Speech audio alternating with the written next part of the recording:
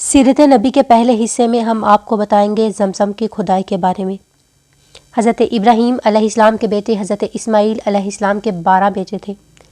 ان کی نسل اس قدر ہوئی کہ مکہ مکرمہ میں نہ سما سکی اور پورے حجاز میں پھیل گئی۔ ان کے ایک بیٹے کیدار کی اولاد میں ادنان ہوئے، ادنان کے بیٹے ماد اور پوتے کا نام نزار تھا۔ نزار کے 4 بیٹے تھے، ان میں سے ایک کا نام مضر تھا۔ مضر کی نسل سے قریش بن مالک پیدا ہوئے، یہ فہر بن مالک بھی کہلائے۔ قریش کی اولاد بہت ہوئی، ان کی اولاد مختلف قبیلوں میں بٹ گئی۔ ان کی اولاد سے کسا نے اقتدار حاصل کیا۔ کسا کے آگے 3 بیٹے ہوئے، ان میں سے ایک عبد مناف تھے، جن کی اگلی نسل میں ہاشم پیدا ہوئے۔ ہاشم نے مدینے کے ایک سردار کی لڑکی سے شادی کی، ان کے یہاں ایک لڑکا پیدا ہوا، اس کا نام شیبہ رکھا گیا۔ یہ پیدا ہی ہوا تھا کہ ہاشم کا انتقال ہو گیا۔ ان کے بھائی مطلب مکہ کے حاکم ہوئے۔ ہاشم کا بیٹا مدینہ منورہ میں پرورش پاتا رہا۔ جب مطلب کو معلوم ہوا کہ وہ جوان ہو گیا ہے تو بھتیجے کو لینے کے لیے خود مدینہ گئے۔ اسے لے کر مکہ مکرمہ پہنچے تو لوگوں نے خیال کیا کہ یہ نوجوان ان کا غلام ہے۔ مطلب نے لوگوں کو بتایا یہ ہاشم کا بیٹا اور میرا بھتیجا ہے۔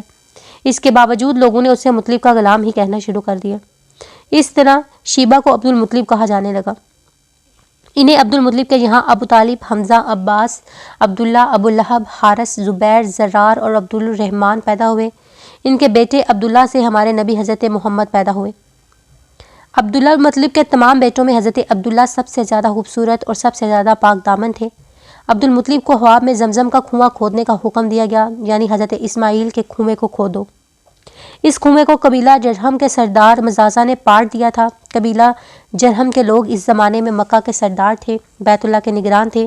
انہوں نے بیت اللہ کی حفاظت کی اور اس کی بے حرمتی شروع کر دی۔ ان کا سردار مزاز بن عمرو تھا، وہ اچھا آدمی تھا۔ اس نے اپنے قبیلے کو سمجھایا کہ بیت اللہ کی بے حرمتی نہ کرو، مگر ان پر اثر نہ ہوا۔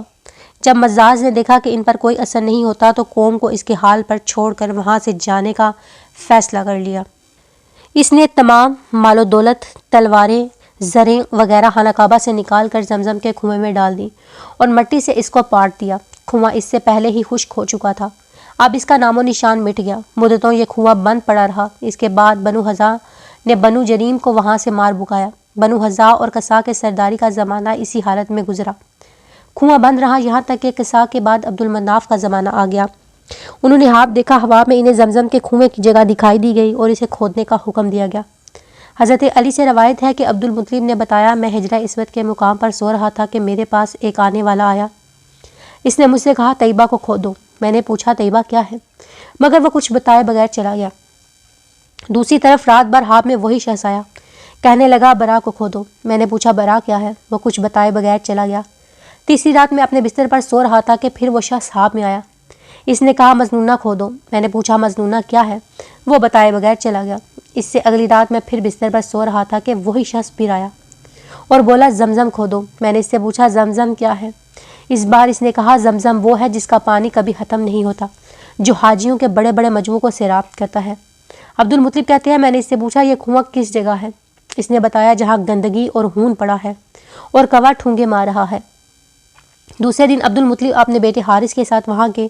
اس وقت ان کے یہاں یہی ایک لڑکا تھا۔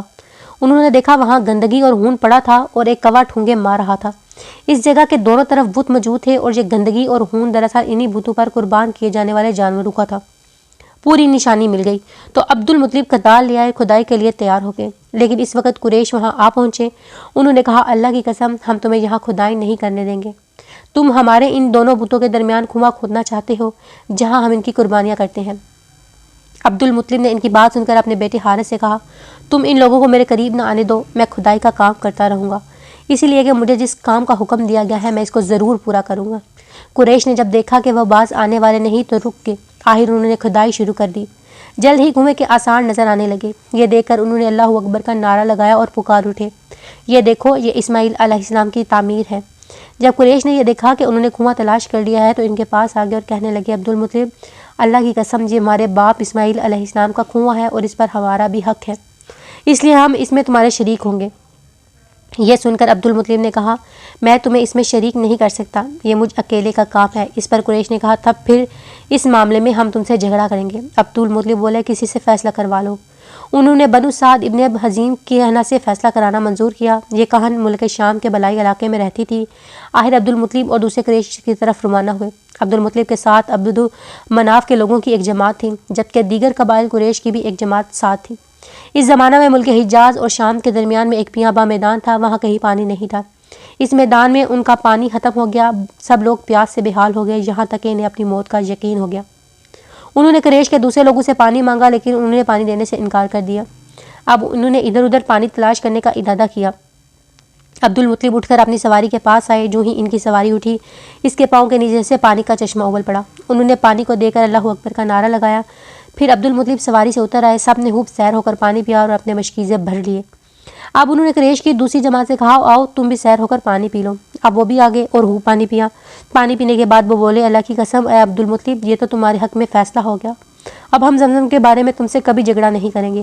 جس ذات نے تمہیں اس بیاباں میں سیراب کر دیا، وہی ذات تمہیں زمزم سے بھی سیراب کرے گا، اس لیے یہیں سے واپس چلو۔ اس طرح قریش نے جان لیا کہ اللہ تعالیٰ عبد المطلب پر مہربان ہے، لہٰذا ان سے جھگڑنا بے سود اور کہانہ کے پاس جانے کا کوئی فائدہ نہیں۔ چنانچہ سب لوگ واپس لوٹے۔ واپس آ کر عبد المطلب نے پھر کنویں کی کھدائی شروع کی۔ ابھی تھوڑی سی کھدائی کی ہوگی کہ مال دولت، تلواریں اور زریں نکل آئی۔ اس میں سونا اور چاندی وغیرہ بھی تھے۔ یہ مال و دولت دیکھ کر قریش کے لوگوں کو لالچ نے آ گرا۔ انہوں نے عبد المطلب سے کہا عبد المطلب اس میں ہمارا بھی حصہ ہے۔ ان کی بات سن کر عبد المطلب نے کہا نہیں، اس میں تمہارا کوئی حصہ نہیں، تمہیں انصاف کا طریقہ اختیار کرنا چاہیے۔ آؤ 500 کے تیروں سے کرا ڈالیں۔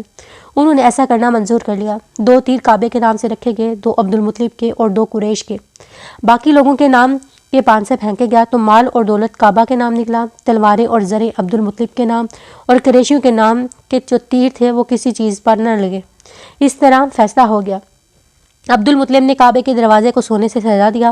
زمزم کی کھدائی سے پہلے عبد المطلب نے دعا مانگی تھی کہ اے اللہ اس کی کھدائی کو مجھ پر آسان کر دے، میں اپنا ایک بیٹا تیرے راستے میں ذبح کروں گا۔ اب جب کہ کنواں نکل آیا تو انہیں حواب میں حکم دیا گیا اپنی بیٹے کی منت پوری کرو، یعنی امید اپنے بیٹے کو ذبح کرو۔